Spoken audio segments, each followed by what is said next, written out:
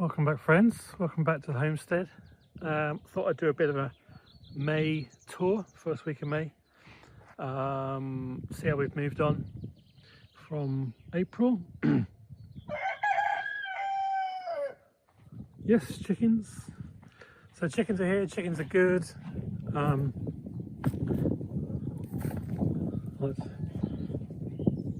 get it to focus. One of our salads just hanging up, that keeps them entertained. Lots going on. So first of all, there's a bit of a breeze today, so I hope that the wind's not too bad. Okay, let's have a look around. So the kind of spring flowers are out, tulips. Just for context, about a month ago we still had snow on the ground. We've been experiencing temperatures in the day, like today, plus 18, plus 20, and at night down to, we just had some frosts, -3. In fact, it was the coldest, I think, coldest night on record since 1950, 1947, something like that, for this time of year. So battling frosts. Let's go down to where a lot of the action has been happening.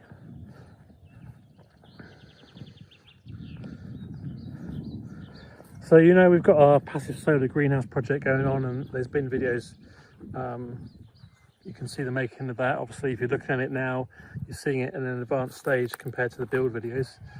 A bit of a building site, but it is a building site.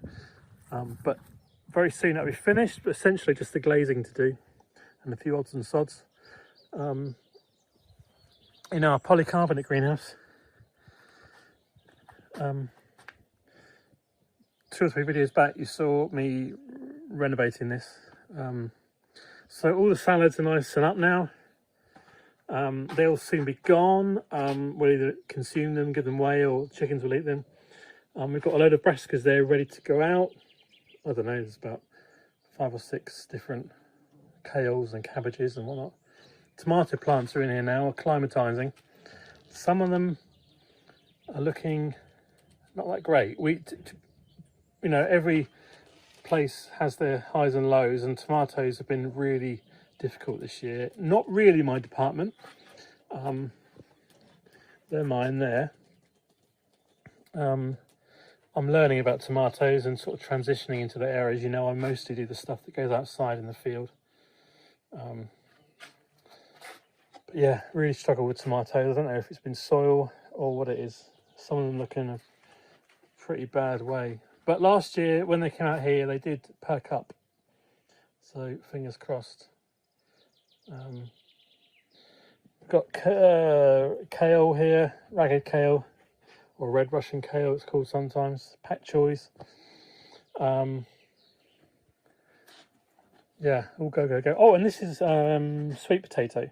I've managed to get it to go to slip. So whether I can keep that until they grow remains to be seen in this climate. But yeah.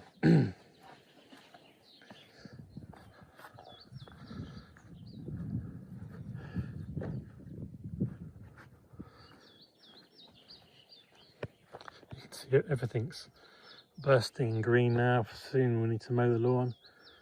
Unfortunately, there's no mow May here. We don't even get to mow the lawn for the first time until May. Strawberries, we've expanded a bit, and as you'll see out in the field, there's more expansion.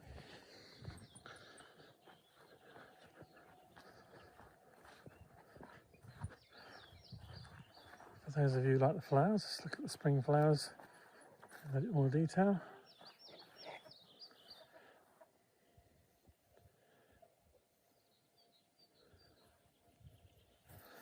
We've been adding blueberry bushes and fruit trees and mulberry over there, building that area up a bit more.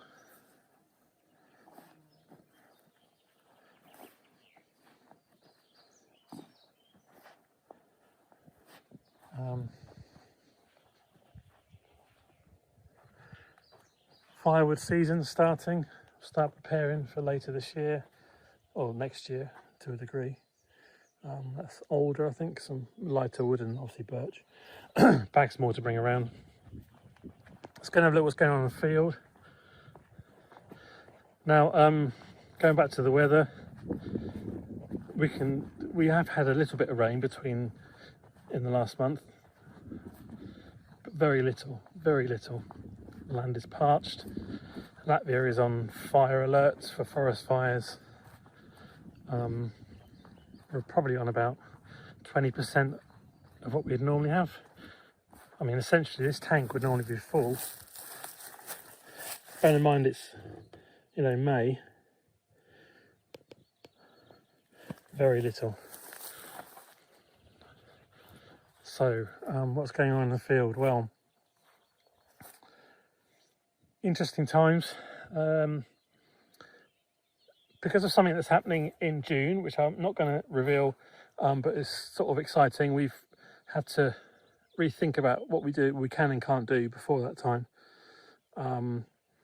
and how we think about the garden. So really, my garden year this year is going to be really focused on second half of the year, growing later in succession. I think it should be an interesting take. I think it's a time. Everyone rushes at the start of the year to get everything in and growing, and that's understandable. But I just think it's a missed opportunity later in the year when you sort of rest on your laurels, as it were, and you can grow lots of food during that time. So I'm going to focus on later succession growing this year, and not do far fewer crops than previous years, nothing particularly fancy. So what we've got already, we've got our broad beans sown in this one. More onions this year. Onions here. These are onion sets. We've got white onions and red onions. We've got Stuttgarten and Stir-on in these two beds, and then these are my home sown seed onions, sown around Christmas time. And we've got Alyssa Craig, I think it's called, bigger onions here in singles, and then we've got shallots in multiples of 3s, and then we've got Mazzona, I think it's called, Italian white onion, in 3s and 4s. As an experiment. Singles I do 5 abreast, as the sets are, and then when I do multiples I do them 4 across. I think the sets are just starting to come up. These are self-sown lettuces. From the lettuces were in this bed last year. If you're new to the channel and you're wondering what I'm going on about, this is our permanent bed, technically no dig garden. We've had some challenges with that, to say the least. But essentially, all these beds and those, well, all the short beds, 10-metre beds, are no dig. Originally, the garden was only this wide, and we extended it. And that means we have to dig, the first beds we have to dig the weeds out. And yeah, I'll come on to that in a minute. What else is interesting? This was parsnips last year, and clearly I've left a few in. So that is fortuitous. I will let those go to seed this year, and we'll have parsnip seeds, which is a good thing. This bed was potatoes last year, and then in winter, in autumn, I sowed rye. It's a bit sparse, but it has come up. And so hopefully I can grow it to full until it goes to seed.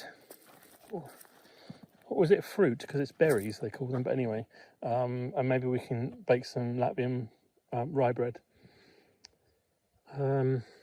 This bed, we've decided we were given 120 strawberry plants, quite nice ones. So we decided to make a permanent, well, it's a 3-year commitment, strawberry bed here, which we thought was a good use of resources, and obviously that needed digging over because of the weeds that come in from the side.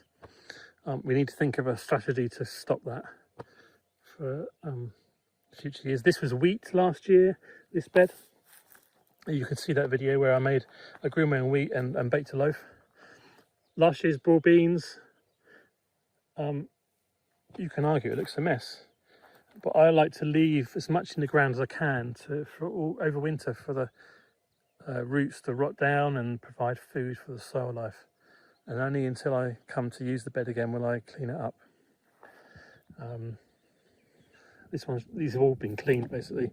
We've not the weed management is working with the wood chips in the path and some light weeding on the bed. That basically it's just had a very light hoeing over the top. I think tilthing is the correct phrase. So we only disturb the kind of first 1 or 2 centimeters just to break it up a bit.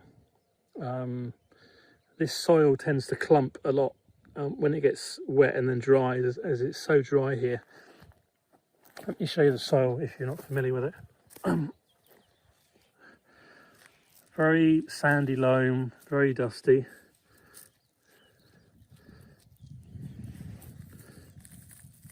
You can see it. Yeah, that's what we need to get more organic matter in. We're working on it slowly. So lots of onions planted. We've had to dig. These 2 beds are potato beds and they're treated slightly different. They are roost stout, technically no dig beds, and we haven't dug them since we did the garden for 4 years, but the weeds got completely out of control. So we've had to dig them. I want to say unfortunately, but it's just one of those things. We'll still be doing roost stout no dig method, putting straw on top. Perhaps we'll put it on thicker, but yeah. And as we get to the top of the garden, it seems more out of control. Obviously the digging is stopped here, but now what is interesting is kind of proof of the pudding, as it were, in the wood chip method for path. This is the only pathway that never got wood chipped since the garden was made. I can't remember why. And look at the weeds in it. If you look at the rest of the garden in the paths, and I've not done any work to the paths here, weed free, or the appearance of weed free I should say, but they are predominantly weed free. So pray if you ever need it, wood chip paths do work. I mean, we'll go down here with a hoe and it'll soon get them out, but this was hemp, sorghum, more broad beans, sorry, sorghum, sunflowers, and the guy that does the cultivating for this will turn up in the next few days and we'll work out what we're going to do with that. So I want to show you the garden, warts and all. By middle of summer it should look amazing again with a little bit of work. Oh, we've got some peas. I forgot about the peas that are sown. These are tall peas,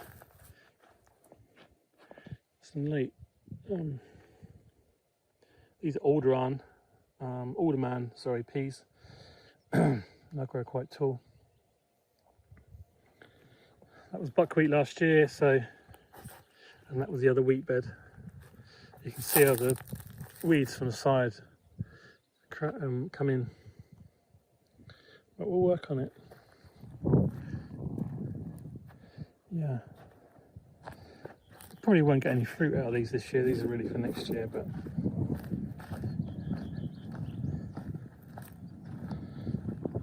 that wind's not too strong. So yeah, it's looking pretty parched, pretty crunchy underfoot. These are normally flower beds. I've sown very little this year. These, I think the chrysanthemums, they'll come back up again.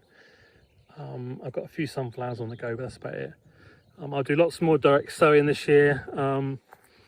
Beetroots, stuff like that. which are pretty staples here, but the rest will be focusing on the second half of the year. Yeah, so that's what's going on. Wood chips being made, compost is looking lovely, all the stuff that's ready anyway.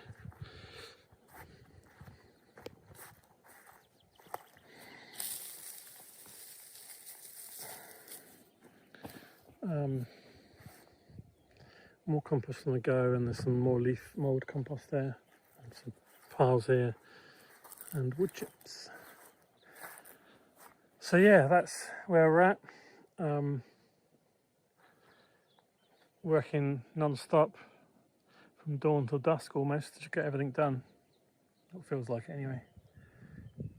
So that's us. A quick tour of the property, what's going on. If you've got any questions, leave them in the comments below. And any ideas or suggestions from things that you've seen. Always happy to hear from you. Thanks for watching. Thanks for supporting us. And I look forward to seeing you in another video very soon. Bye for now.